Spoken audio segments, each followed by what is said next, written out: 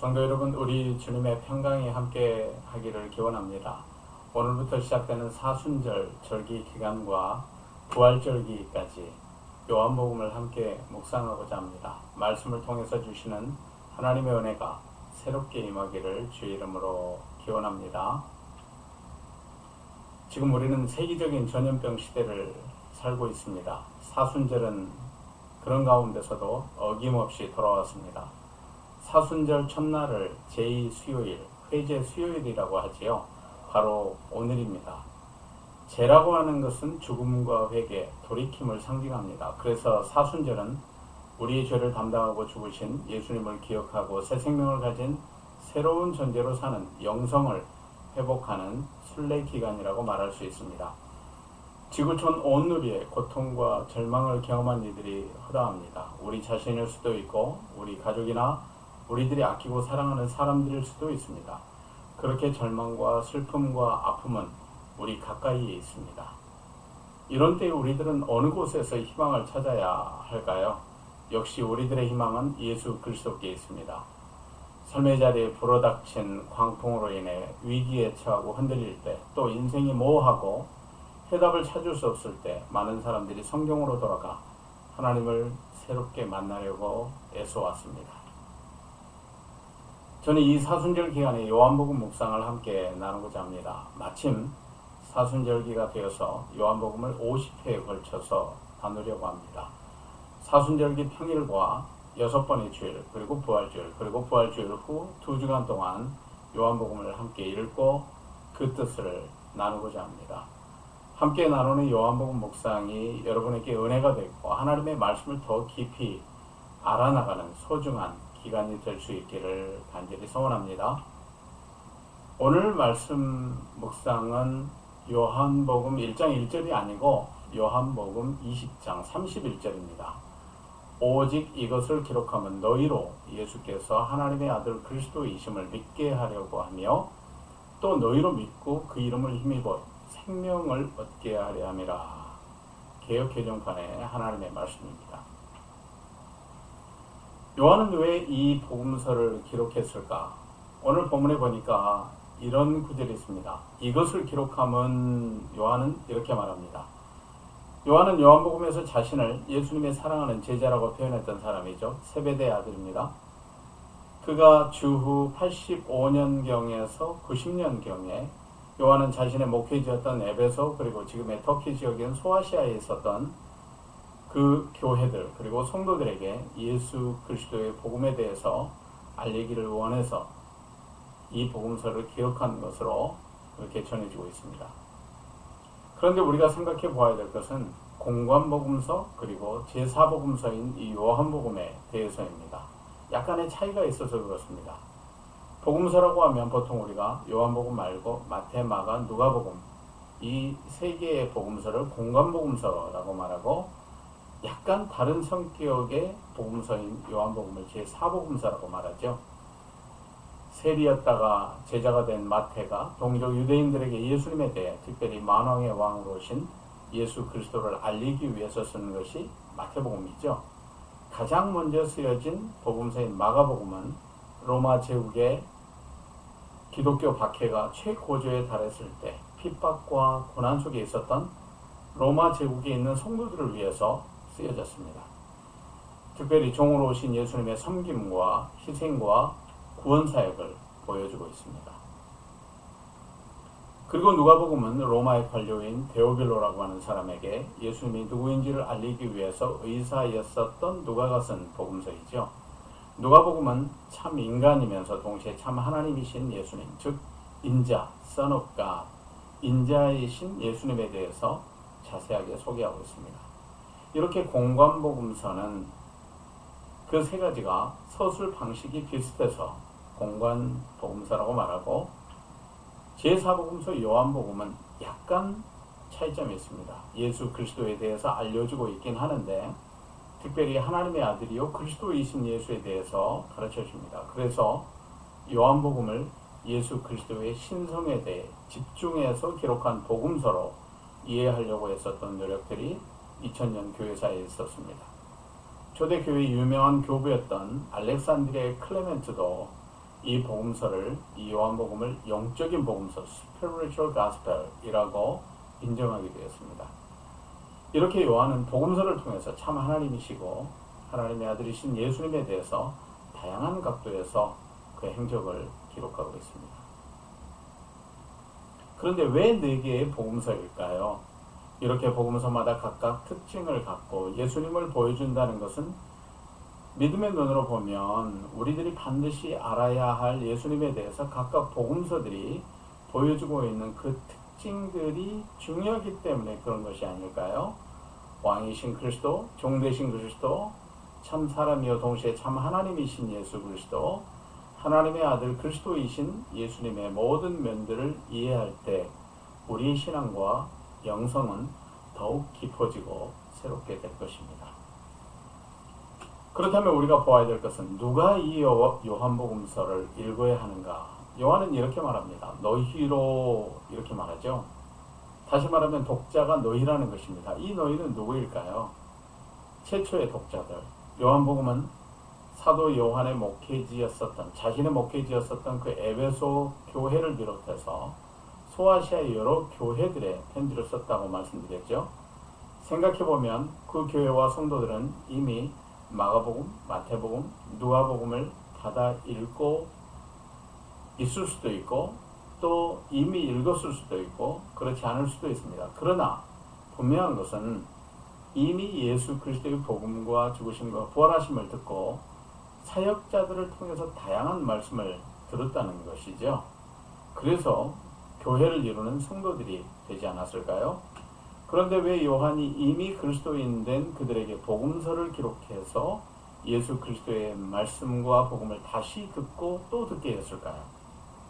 그것은 아마도 초대교회 때에 로마 제국에서 박해와 핍박이 일상화된 때여서 믿음의 터 위에 굳게 서야 되고 또 예수 그리스도가 누구인지를 더 바르게 알고 믿음에 굳게 서서 영원한 생명을 지키도록 하기 위해서 기록했고 또 그런 독자들을 염두에 두고 있었다고 보는 것이 타당할 것입니다. 그 이후의 독자들, 그리고 오늘날의 독자들은 누구일까요? 바로 우리 아닙니까? 그리고 이전의 믿음의 세대요, 이후에 우리 뒤에 올 믿음의 세대들도 다음 독자가 될 것입니다. 오늘날 우리는 성경이 세상의 질비한 시대를 살아가고 있습니다. 그러나 우리도 그 복음을 다시 들어야 하는 사람들임에 틀림없습니다. 왜냐하면 어느 시대나 이 복음서를 읽고 묵상해서 복음을 또다시 들어야 될 신자들이 있었고 지금도 있으며 앞으로도 있을 것이기 때문에 그렇습니다. 그래서 이 구절에 너희라는 대상에 들어가지 않을 성도들이 없다고 말해도 틀리지 않을 것입니다. 왜냐하면 우리들은 날마다 새로운 믿음으로 다시 새롭게 지어져야 하는 그러한 존재이기 때문에 그렇습니다. 그렇다면 또 한 가지 질문이 생깁니다. 우리는 누구를 믿어야 하는가? 요한은 이렇게 말합니다. 예수께서 하나님의 아들 그리스도이시다. 요한은 우리가 알아야 될 3가지 아주 중요한 이름과 호칭을 제시하고 있습니다. 그 이름과 호칭은 예수, 하나님의 아들, 그리고 그리스도입니다. 첫째로 예수라는 이름을 함께 살펴보겠습니다. 이 예수라는 이름을 가진 나사렛 예수가 우리에게 왜 그렇게 중요한 분일까요? 예수라는 이름은 히브리어 이름인 여호수아나 예슈아를 헬라어로 옮겨 적어서 만들어진 이름입니다. 구약 성경의 헬라어 버전인 70인역에서는 예수스로 적었죠. 우리말로는 예수라는 이름으로 그렇게 번역되었습니다. 예수라는 이름은 유대인들에게 아주 흔한 이름이었습니다. 많은 사람들이 그 이름으로 지어졌습니다. 유대인 역사가인 요세푸스도 자신의 기록에 20명이 넘는 예수라는 이름의 인물을 적고 있습니다. 그런데 이렇게 평범한 이름에 깊은 뜻이 있었습니다. 자기 백성을 그들의 죄에서 구원할 자라고 하는 이 이름 뜻이 예수라는 이름에 들어있습니다. 평범한 이름 같지요. 그러나 비범하고 신적인 소명을 가진 인물에게 붙여질 수 있는 이름인 것입니다. 그런데 특별히 이 예수라는 이름에 대해서 마태복음에서 이렇게 말합니다. 태어날 아기의 이름을 예수라 라고 예수로 정하라고 그렇게 말해주면서 그 뜻을 풀어주지요. 자기 백성을 그들의 죄에서 구원할 자다. 다시 말하면 구원자라는 뜻입니다. 요한이 전하려고 했었던 예수님은 평범한 인물이었습니다. 그러나 33년의 나사렛 청년 예수였지만, 평범한 청년 예수였지만, 그러나 그 예수로 오신 분이 바로 유일하신 그리스도요, 하나님의 아들이라고 하는 이 소식을 전하고 싶었던 것입니다. 우리가 알아야 할 두 번째 호칭은 하나님의 아들입니다. 신의 아들, Son of God이라고 하는 호칭은 근동지방이나 헬라 세계에 잘 알려져 있었습니다. 신의 아들이라고 하는 호칭은 보통 왕이나 황제를 칭하는 단어였지요. 이집트에서도 파라오에게 쓰여졌습니다. 파라오는 때로는 신 자체였고 나중에는 신의 아들이었습니다. 로마 제국의 황제에게도 이 호칭은 신의 아들로, 그리고 신의 대리자로 쓰여졌습니다.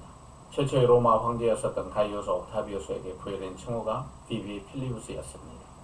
이 호칭은 신의 아들이라는 말이죠. 헬라어 유앙겔리오는 좋은 소식이라는 말입니다. 그런데 이 단어는 로마 황제의 등극이나 개선식이나 아니면 경사스러운 일을 알릴 때 쓰는 황제의 언어였습니다.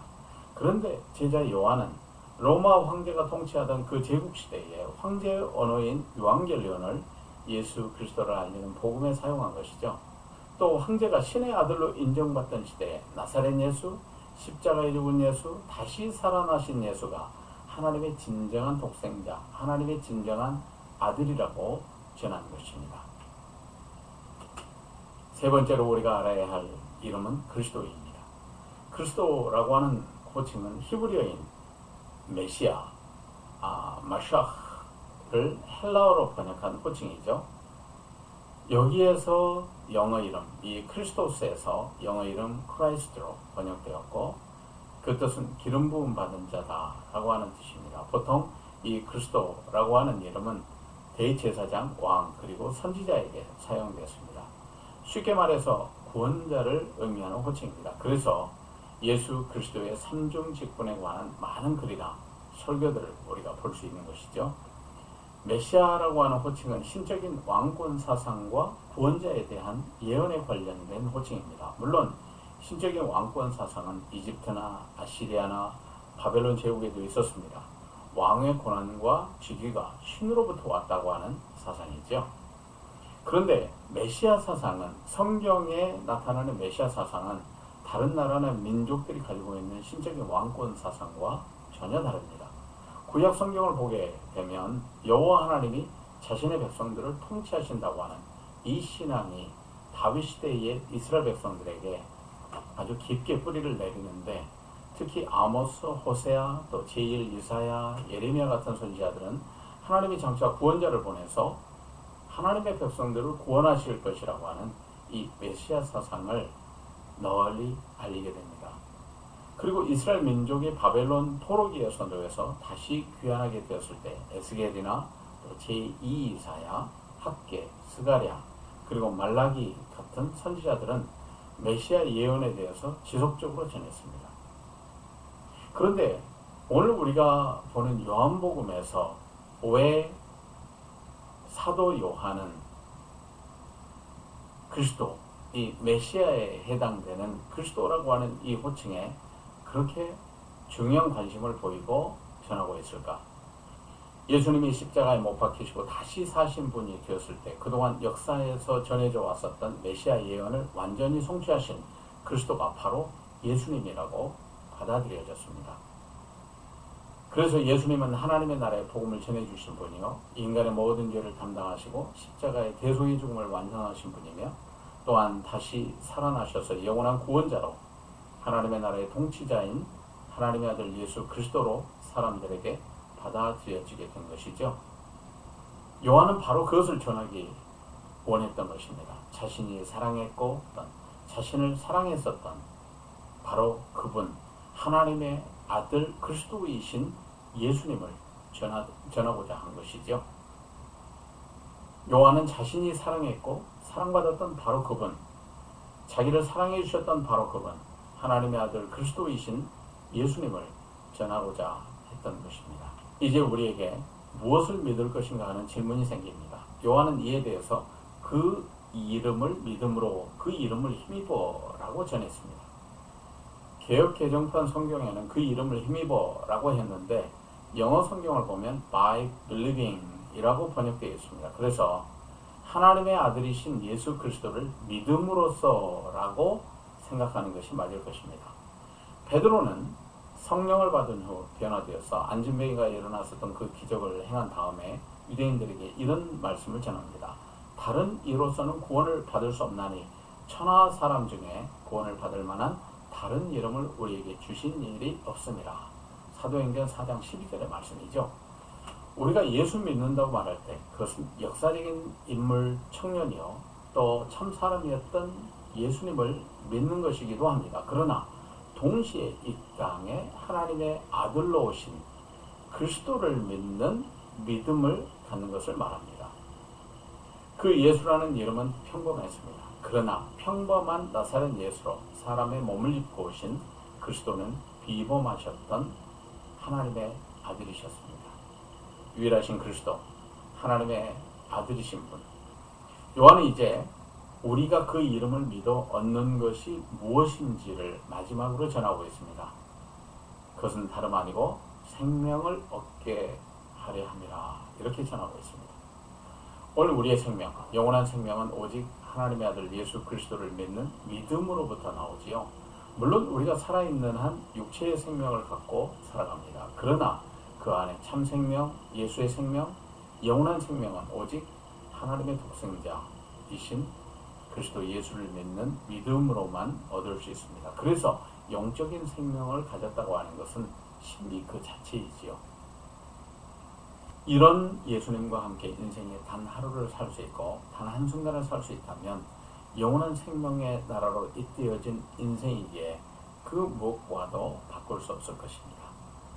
성도 여러분, 신자 되셨습니까? 더욱 신실하시기를 축복합니다. 마지막으로 오늘 본문 말씀을 다시 한번 읽어보겠습니다. 요한복음 20장 31절 말씀입니다. 오직 이것을 기록함은 너희로 예수께서 하나님의 아들 그리스도이심을 믿게 하려 하며 또 너희로 믿고 그 이름을 힘입어 생명을 얻게 하려 함이라. 성도 여러분, 이 사순절에 묵상하는 요한복음을 통해서 하나님의 아들 그리스도 예수를 더 깊이 알고 만나고 누리시고 그분의 생명으로 충만한 생애가 되시기를 축복합니다. 아멘. 다음 시간에 뵙겠습니다.